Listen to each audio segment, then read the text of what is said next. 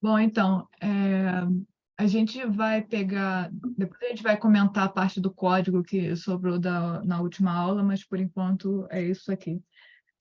Então, o DPR é um Dense Passage Retriever que nós usamos para captar passagens relevantes para a questão baseado na semelhança entre os inputs. Então, aqui a gente está no vetor, na verdade. A gente pegou parte de um paper que foi referenciado e, basicamente, ele é um codificador, um modelo aplicado para question answers, problemas de question answer, para maximizar a similaridade da query com os documentos relevantes, que é por isso que ele é o bem encoder, e minimizando a similaridade com documentos não relevantes. E ele faz isso através de uma técnica de amostragem que seleciona passagem de exemplos do mesmo batch de treinamento.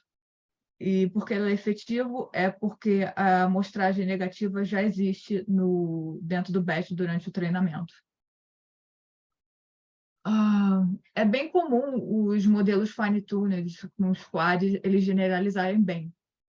Mas, por exemplo, como a gente viu na outra vez, os que nós usamos no sub-J question answer, o EM e o F1 eles ficaram piores que os quads, porque isso é um problema de overfitting.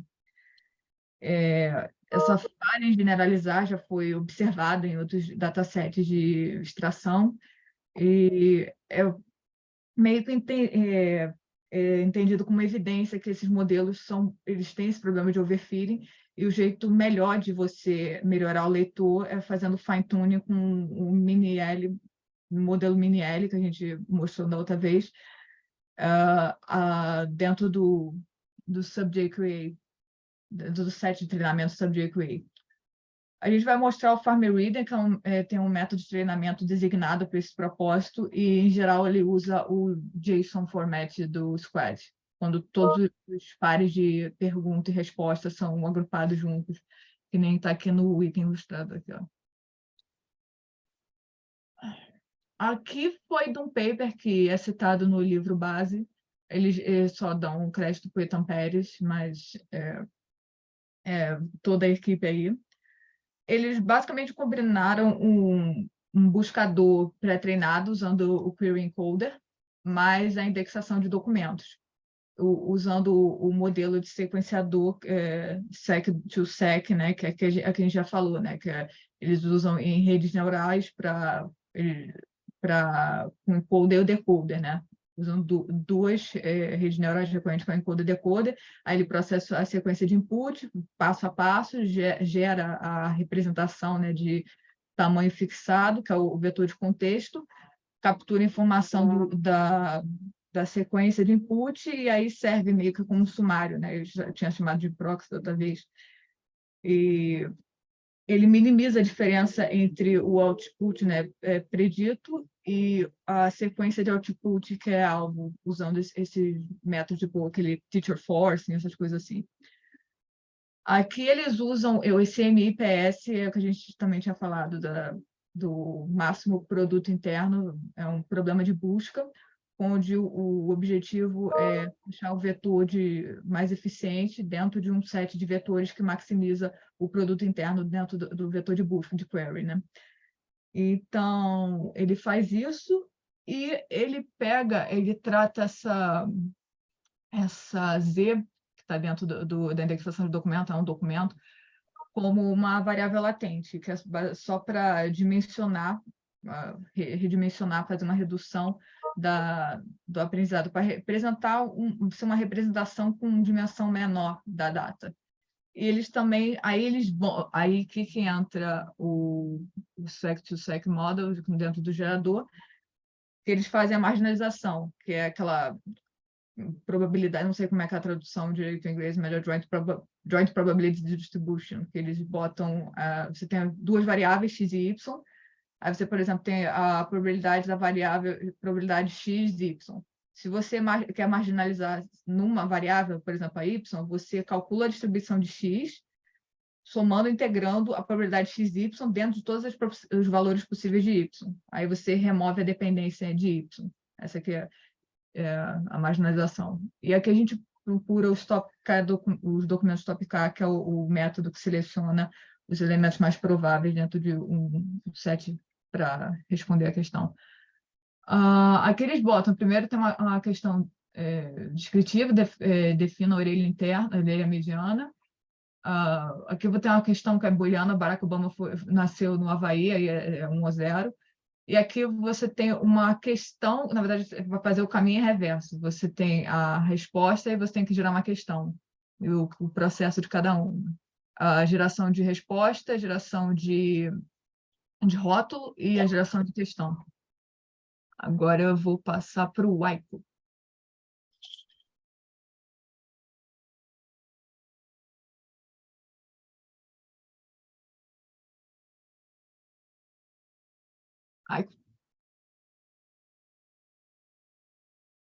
Tranquilo, desculpa.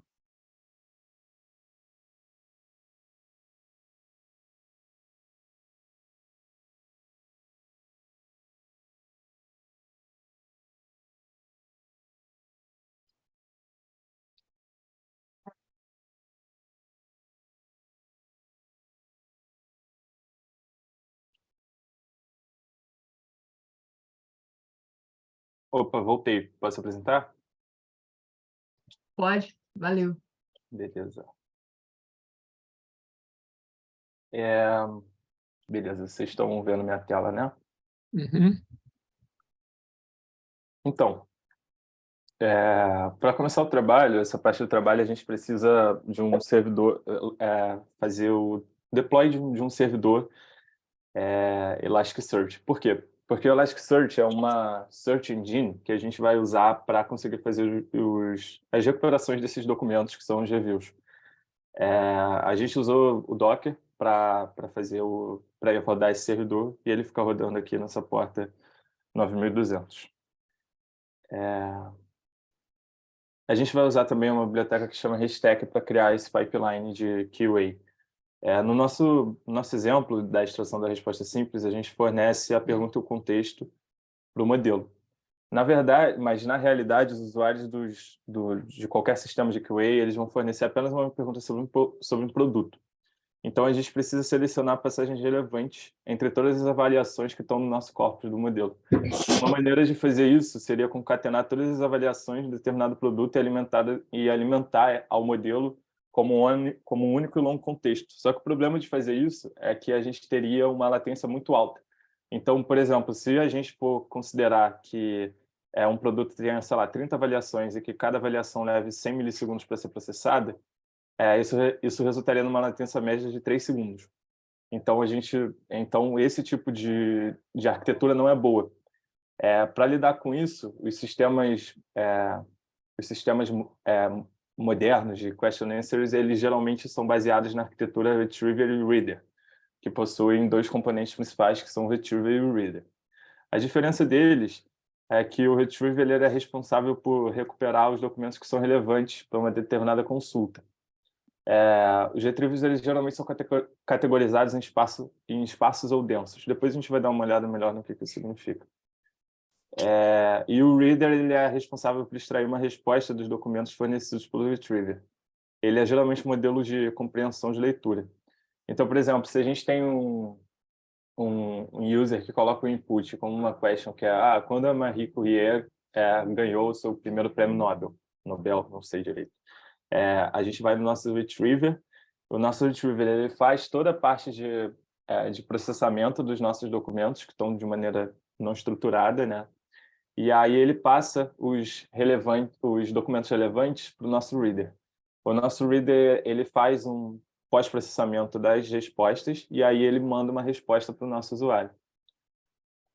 Então aqui, beleza, a gente está inicializando a nossa document store, que vai ser justamente o que vai guardar todos os nossos documentos.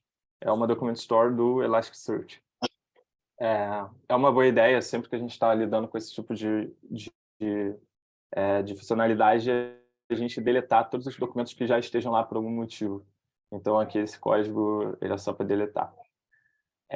Então, eu começo a criar, a partir do nosso data frame, vários documentos diferentes. Os nossos documentos eles vão ter um contexto, eles vão ter e eles têm um campo meta que contém item ID, question ID e split. O campo meta ele é feito para a gente filtrar os nossos documentos através de alguma propriedade que a gente queira. Então, aqui a gente pode ver que eu carreguei 1.615 documentos. A gente falou até na última apresentação que, geralmente, isso é, de fato, um dataset um pouco pequeno, só que isso é comum dentro desse mundo de QA. Então, agora a gente vai inicializar, né, o retriever. A gente também vai criar um retriever baseado no Elasticsearch, que, na verdade, mudou. Não é mais um retriever baseado no Elasticsearch. Na nova versão do Haystack, ele é um retriever BM25. E a partir disso a gente vai passar um ID de Winter para ele e a gente vai passar uma carry. A partir disso, a gente vai fazer um retrieve dessa carry com o top key igual a 3, ou seja, a gente quer 3 documentos, e os filtros como esse item ID e o split. E aí a gente pode ver que, por exemplo, ele recuperou para a pergunta is it good for reading? Ele recuperou algumas coisas, como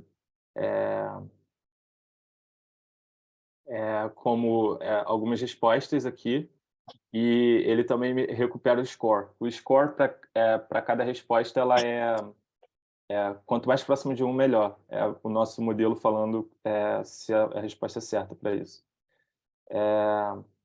A pontuação, né, que o Elasticsearch, na verdade, não é um modelo. O Elasticsearch ele calcula para a relevância daquela consulta. Aqui, infelizmente, não está dando para ver, mas isso pode ter confundido um pouco. Ele está perguntando se é bom para leitura, e aí, só que eu printei aqui o contexto. Em alguma parte desse contexto, por favor, confie em mim, vai ter alguma coisa falando em relação à leitura. Em alguma parte aqui. É que eu mudei a visualização disso um pouco antes de comentar. É o do Kindle? É o do Kindle. Passou. Pode.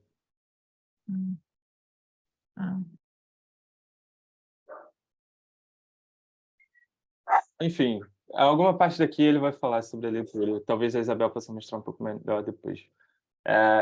Então, agora a gente vai inicializar um reader. O reader, a gente vai inicializar esse farm reader, que é um objeto dentro da biblioteca do Haystack, e com esse modelo aqui, que é o MiniLM. Beleza, depois do modelo ser inicializado com os documentos que a gente precisa, a gente consegue fazer um prediction text para aquela answer. Então, por exemplo, se a gente pergunta aqui quanta música isso aqui consegue armazenar, a gente vê que ele selecionou algumas answers para isso. Então, 1 megabyte por minuto, então por volta de 6.000 áreas. E aí a gente tem o score, que eu falei, que o Elasticsearch. MP3 é 1 megabyte por minuto, então 6.000 áreas dependendo. Enfim, a gente consegue ver que o nosso modelo o nosso modelo do reader já consegue, enfim, fazer o retrieve dessas coisas. Já consegue fazer a leitura, perdão, desses documentos, de maneira a responder a pergunta que foi feita. A partir disso, a gente vai colocar tudo isso junto.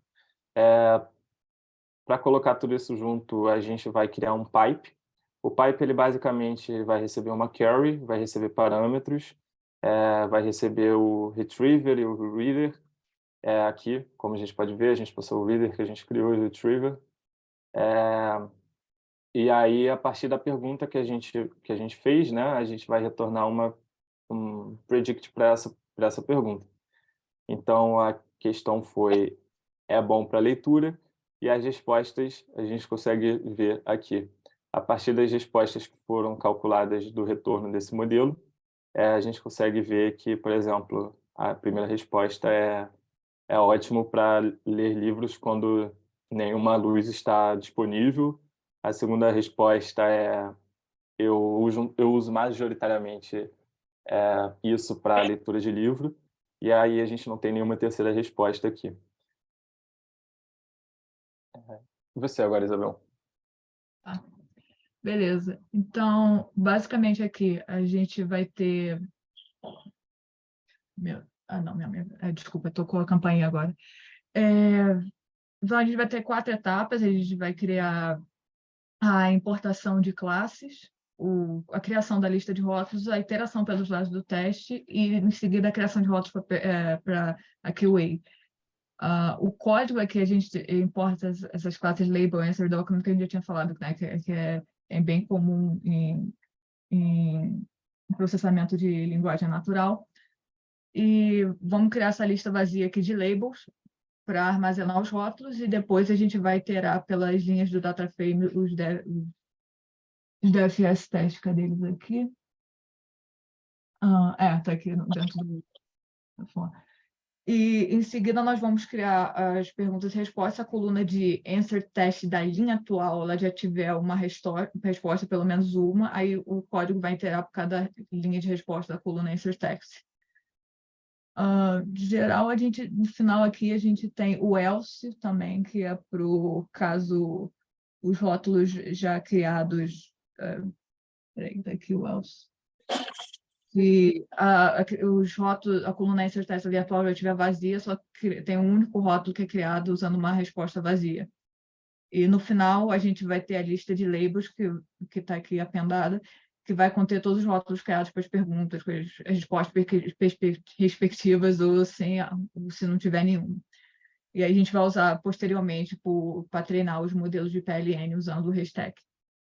Aqui a gente já escreve utilizando o Document Store só para armazenar os rótulos escondidos na lista de labels.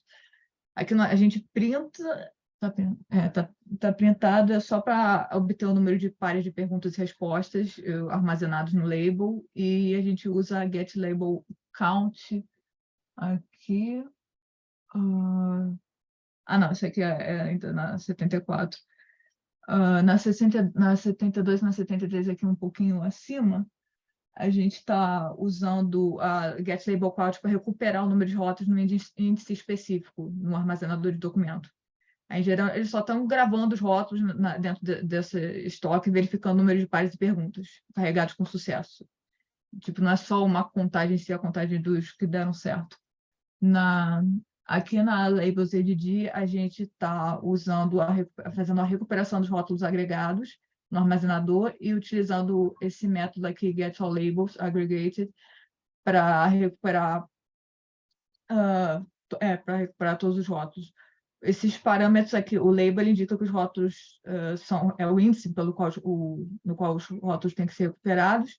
O parâmetro opedometry é para os rótulos agregados serem retornados, considerando o domínio aberto, independente se o valor tiver a resposta correta ou não. E o aggregate by meta, com esse item ID, indica que os rótulos vão ser agregados com base nesse metadado, com o valor do metadado do item ID. Aqui embaixo, na avaliação de resultados, a gente está mostrando como executar a pipeline com o valor desejado do top K, que é o que a gente já tinha comentado no outro slide, os métricas de avaliação.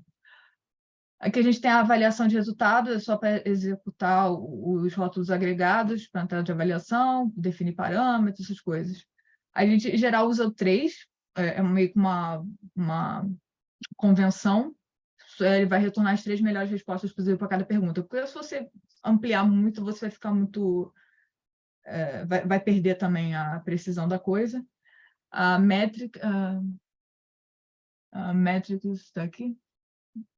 Aqui debaixo do for topic, Metrics About Result, a gente está calculando, está aplicando o objeto About Result ao cálculo dessas métricas para incluir precisão, a pontuação da firma, que a gente já viu que é pior também, junto com...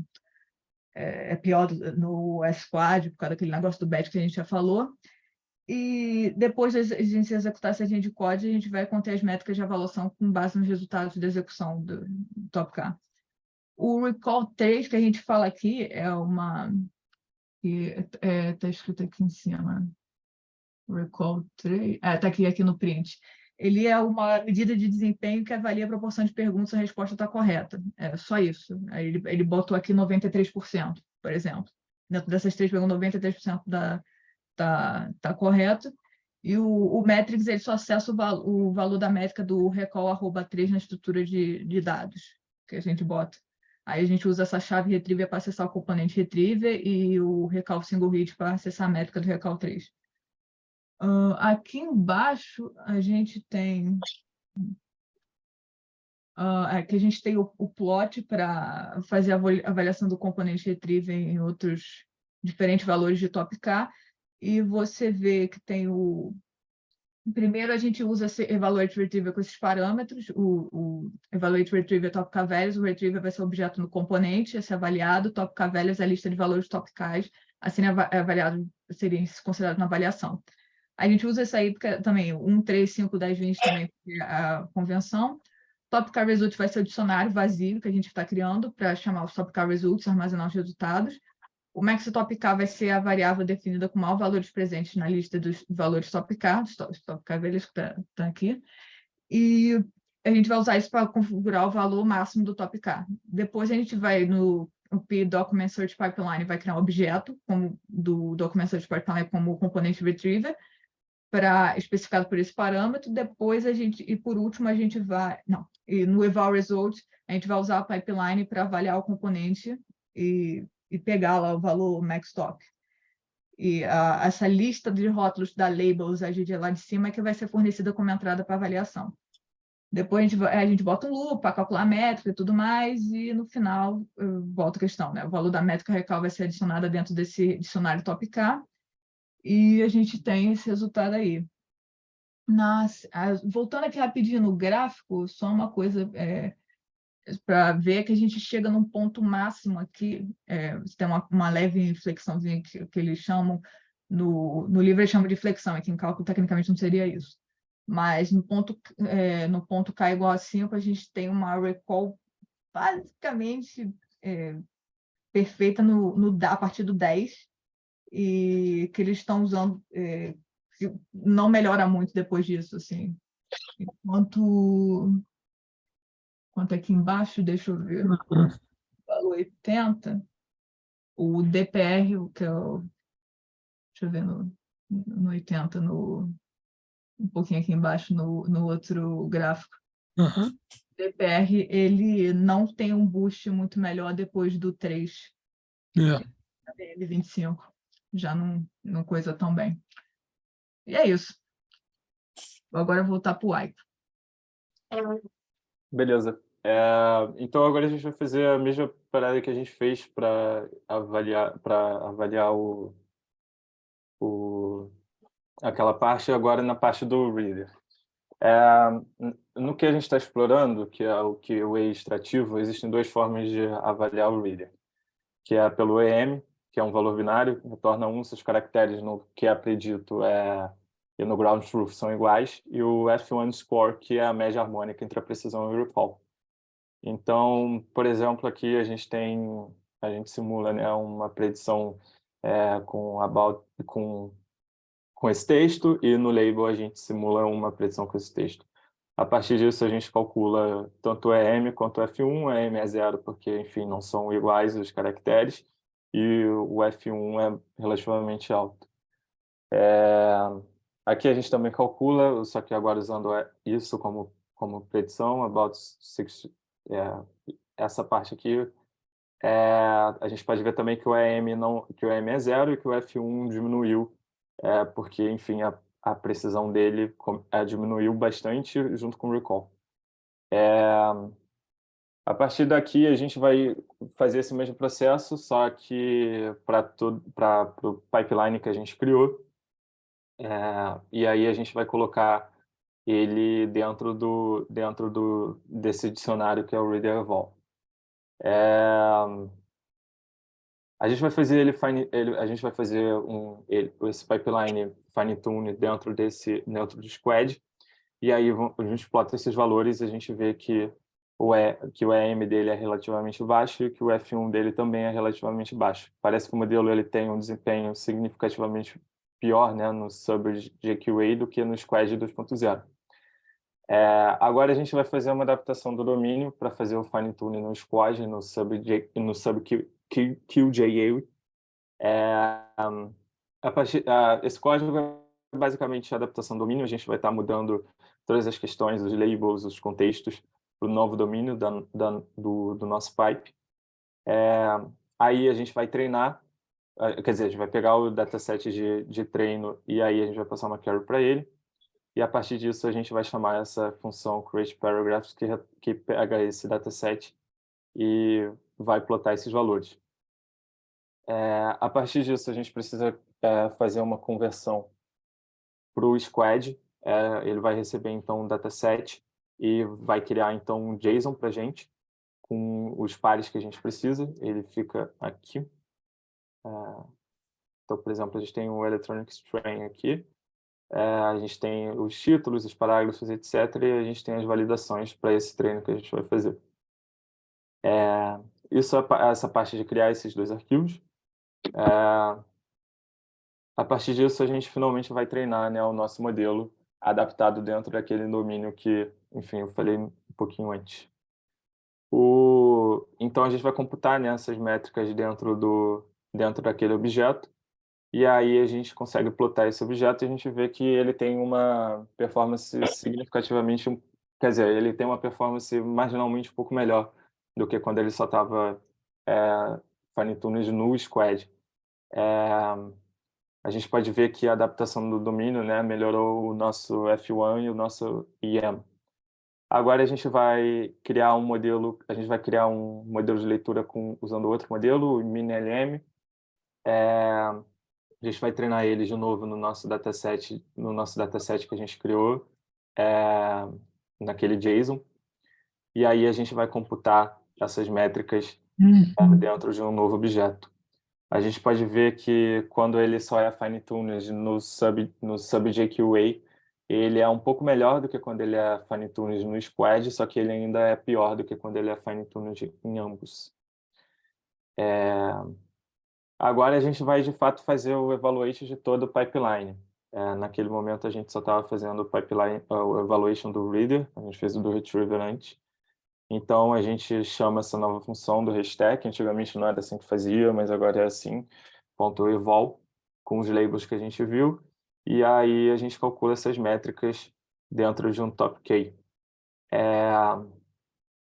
E aí a gente salva esses resultados dessas métricas dentro de um dicionário.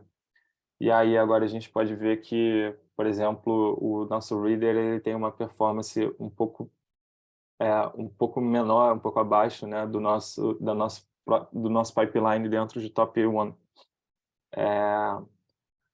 Agora a gente vai criar um gerador usando o modelo do Facebook. E é o mesmo processo de novo, a gente cria um QA generativo, porque o que acontece no outro momento a gente estava trabalhando com Extractive QA, agora a gente está trabalhando com Generative QA, é o que a Isabel falou no começo da apresentação, naquele slide. Agora a gente vai gerar as answers dentro desse pipeline, com os mesmos parâmetros, né, que a gente tinha usado anteriormente, e aí a gente gera essas answers dentro do query. A gente pode ver que, quer dizer, a gente gera essas answers para uma query, desculpa.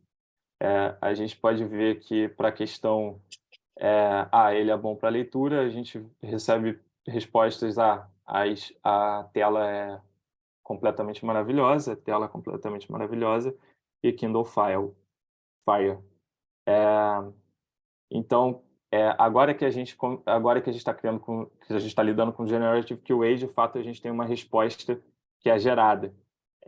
E a gente pode, de fato, gerar uma resposta, né, para uma pergunta que a gente tenha. Como, por exemplo, qual é o maior drawback? E aí a gente tem respostas bem concisas e bem objetivas, que não são necessariamente algo extraído de um documento, mas sim algo gerado. Então o nosso modelo gerou a resposta, o valor, né, o preço, não tem suporte para Flash e, de novo, o preço. Essa é a diferença entre o QA generativo, né, e o Extractive QA. O Extractive QA a gente está, de maneira geral, fazendo retrieving documentos e buscando campos de similaridade.